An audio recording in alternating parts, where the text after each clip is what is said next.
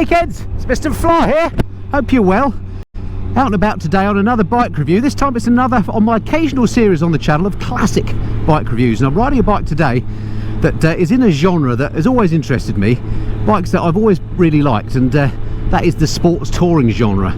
Today I'm riding the massive Kawasaki GTR1400 from 2009. It's a bike I've always liked the look of. It was around a little bit before I passed my test, so that's why I regard it as a classic. And in this review, I'm going to have a little ride of it, see if it lives up to my expectations.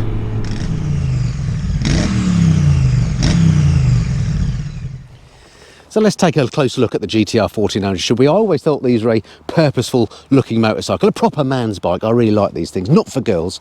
And this particular bike, as I say, 2009 in this lovely black colour. It's got a few aftermarket bits and pieces on it. So it's got an Akrapovic can on this one, I noticed. It's got aftermarket Oxford heated grips as well. What else about it? It comes as standard with the panniers, which are amazing. If I just show you in this back pannier here, quite gargantuan. I've got all my camera kit in there at the moment. And I just think it's a lovely purposeful looking bike. Shaft drive of course as well, which is a big plus for many people, so no chain maintenance required. That's a great thing.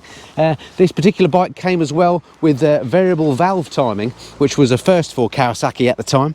This one as well, as you can see, has got ABS. Again, that wasn't standard. I think that was an optional extra on the bike that this one's got. What else to say? Oh, it had a slipper clutch as well on this bike, but that's pretty much it electronics wise. But what a beautiful looking machine, don't you think? I love the way that it's got all these fairings absolutely cover the sort of engine and stuff, so when it comes to looking after it, when it comes to cleaning it, it's going to be quite straightforward because we haven't got lots of nooks and crannies to get into here. These big old vents on the side I think look great. Massive lights as well. A proper touring machine.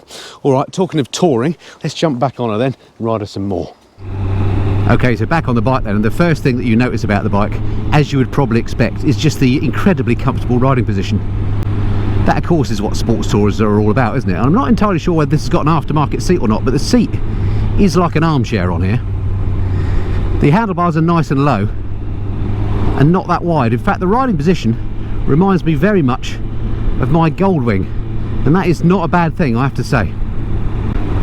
Now once you've ridden a few motorcycles, as I'm lucky enough to have done now, you do get quite a sort of sixth sense for whether you like a bike or not, you know, quite early on. And I have to say, within moments of jumping on this bike, literally 50 yards, I thought, this is a bike I really like. To me, it just looks and sounds amazing, and it's super comfortable. Oodles of power. It's just a bike that appeals for me. It's a proper man's bike, this. By which I mean, it's still in the, you know, the years when bikes were analogue and made of solid bits of metal. There's not a lot of flimsy plastic on here. There's not lots of electronics. There are one or two, which I'll talk about later. But you know, big proper dials on here. You can feel a bit heft to the bike. It is a weighty machine, there's no doubt about that. But yeah, it's not for girls. And okay, some girls can ride it. It's only a joke, okay? Don't get too head up about it. So these sorts of bikes, of course, designed to be ridden to your holiday destination, maybe two up with luggage on, and then to give you fun once you get to wherever you're going. In other words, do a bit of a bike tour. So they've got to be good both on roads like these, my local back roads, as well as motorways and things like that. So Kawasaki equipped this with a massive front fairing, which does a lovely job of keeping the wind off you. And this big screen on here as well. I've got no wind on me at all. In fact, if I go visor up, there we go. In fact, I have got a bit of wind in my face, but I can't feel any wind across my shoulders. I'll shut it again in case you can't hear me with the wind on the mic.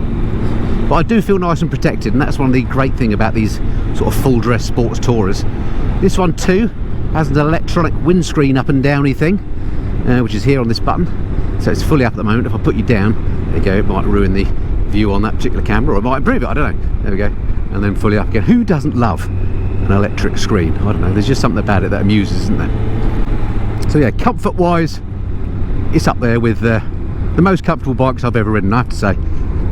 Just as comfortable as my GS, just as comfortable as my Goldwing. And they are both very comfy bikes. Alright, slightly faster road, let's see what she goes like. Listen to this engine. Wow. Yeah, this engine absolutely flies. Beautiful 4-cylinder, creamy smooth lump. Dollops of torque everywhere on here. It was tuned for the GTR 1400 to maximise its on-road potential and give you torque everywhere, and it certainly does that. If I slow her right down now, come down into second gear, here we go, and then just, yeah, she leaps into action from a sort of an early point in the rev range. You don't have to absolutely thrash it, but if you do thrash it, she's fun too. And handling wise, it feels lovely and stable. That's one of the things I like about these big weighty bikes. I call them set and forget. You get into these turns, you just sort of set where you want to go around, and they just say dead stable and track around the corners. I like that. There is something to be said for agile bikes, of course, and this you wouldn't describe as agile for sure, but certainly it turns all right, no problem there. I like the handling, very predictable. And whenever I've been riding these older bikes, I'm always amazed with how well they stack up against new ones. I mean, this 2009, so what's that, 13, 14 years old, and it feels just as good as a brand new bike in terms of its riding. It's really, really nice. Nothing behind me. Let me just test the brakes. Front brakes are brilliant. Yeah, not grabby, nice and progressive. And while I've got this car in front, I'll try the rear brake as well. Actually, the rear brake is quite good on there. Now wrong with the braking on here. This one's actually fitted with ABS, which was unusual in 2009 because it didn't become compulsory on big bikes until after that, until about, I think, Euro 4, which I think was about 2013, something like that. I may be wrong, but yeah, it was an option, and this one's fitted with the optional ABS. Clutch on here, actually not as stiff as you'd think. That's not as stiff at all. It's quite light, and the gearbox works a treat on here as well. It's got an old school LCD display in between the two dials. I love these dials on here. But on here you can see the tyre pressure monitoring monitors. You can change the settings by pressing this button here. Look, battery and all that sort of thing, miles per gallon, etc. But it's also got a gear position indicator on there, which, you know, isn't essential, is it? But I quite like it. All right, that's how she rides. Let me talk you through the spec on the bike. Right, let's have a quick whiz through the specs, shall we? The numbers on this bike. Then I've written some down as usual, done a bit of research on the web. I'm not saying that these are absolutely correct, but as far as I can tell, the engine on here is a 1352cc inline 4 engine. It's an absolute beauty. It's from the mighty ZZR 1400 originally, and it's detuned for better mid-range. Its maximum power is 139 brake horsepower, and they reckon that means it was good for 151 miles an hour on the Autobahn, and I've no reason to disbelieve it. Holy moly, this thing absolutely flies. Woo! Whoa, okay, calm it down, calm it down. Oh, what a bike. Where were we? Really though, this engine was all about the torque, and it put out 93.5 foot-pounds of torque. Stopping power on the front provided courtesy of these big Nissin 4-pot calipers, and the disc on here, 310mm disc. On the rear, a 270mm with a 2-pot, and goodness knows why they mount those down low like that, so all the dirt gets into them. I never understood why they designed bikes like that, but there we go. And you can see the ABS ring on this one as well. Suspension on the front, fully adjustable 43mm forks, and we can see the adjusters just about, can you see there, under the top there, in the usual spot you can adjust the suspension on the front. At the rear, the suspension is adjustable as well by this little remote reservoir thing. Seat height on this bike, a sort of medium person-friendly 815mm, which I find all right. I'm 5'8" with a 32-inch long leg, and I can get my feet on the deck, no problem at all. And the weight of the bike, no disguising, this is a fairly massively heavy bike, 279 kilograms, and I think that's the dry weight. Electronics-wise, not much to write home about, I'm glad to say. It's got that LCD dash and the electric screen, digital tyre pressure readouts, and the ABS is an optional extra. I don't know if that counts as electronics or not really. And price-wise for this 2009 bike, currently this one's for sale at £6,187 at Superbike Factory. Okay, welcome back aboard. At the end of the day, motorbikes are all about how they make you feel. I mean, it's all very well having these specs, and those specs still stack up pretty well today when you look at the raw numbers. But for me, it's all about how motorcycles make you feel, and I have to say, I'm coming to the conclusion I prefer these more analogue bikes over the ones that are absolutely laden with electronics. That, for me, as somebody that just likes riding on the road, is somewhat immaterial. If you're a track day god, maybe you need all those electronics, and that's different. But for me, I want to get on a bike, not have to worry about settings, and just ride the flipping thing and enjoy it. And this is definitely one of those bikes. It puts a smile on your face in that regard. It just makes you feel good. And I know this sounds a bit ridiculous, but this bike makes you feel powerful. It makes you feel alive. And that is a great thing.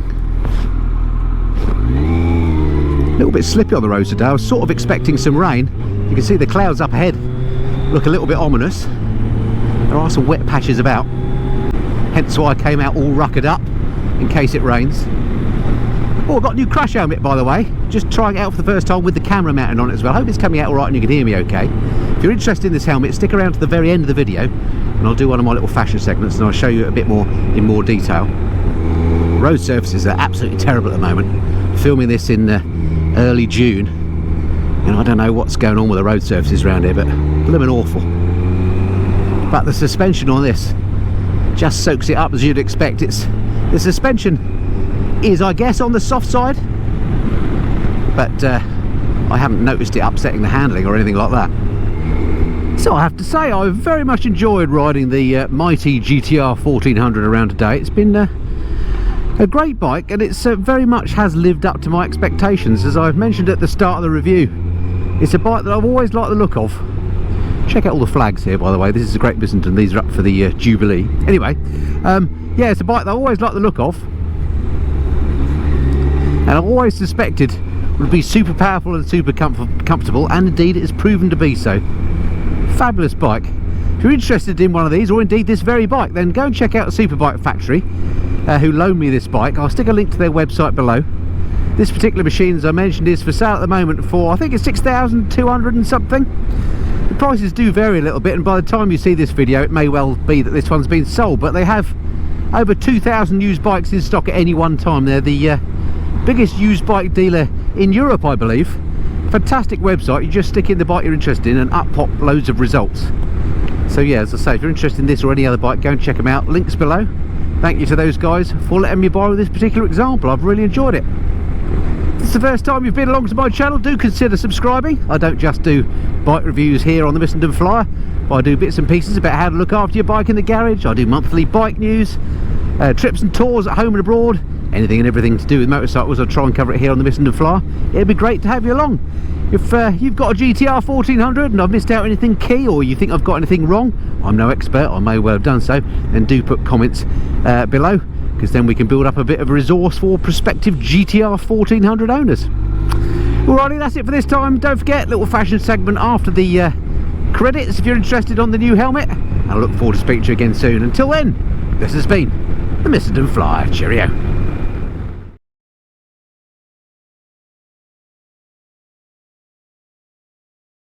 Aha, thanks for sticking around to the bitter end of the video. I said I would talk to you about my new helmet that I'm wearing, which is this one here. This is from a company called Scorpion, and it's called the XO1 Air. It's got this rather fetching, I think, Monster energy paint scheme. This particular paint scheme is called the Fabio Monster Grey, and it's a lovely helmet. The interesting thing about it for me is that you can adjust the fit by using a little pump thing in it. Let me show you. See this red bit here? This is a pump. You can actually pump it up, and it means the cheek pads come out, puff up, and it means that you can make the thing absolutely fit you. Ignore all this stuff here. That's my mic for me vlogging. And then you've got this little button here which just releases the pressure. So I've only had this for about a month, so I haven't ridden with it too much yet, but I think it's going to make a pretty good camera platform. You can be a judge for yourself, because it is quite nice and quiet, but I'm finding it very, very comfortable, and I think it looks stylish too. If you want one of these, they retail at, let me check, £469.99, so it is very much a premium helmet, but you kind of get what you pay for, don't you? If you're interested, I'll put links below to Sports Bike Shop. If you buy your helmets online, you know your sizing,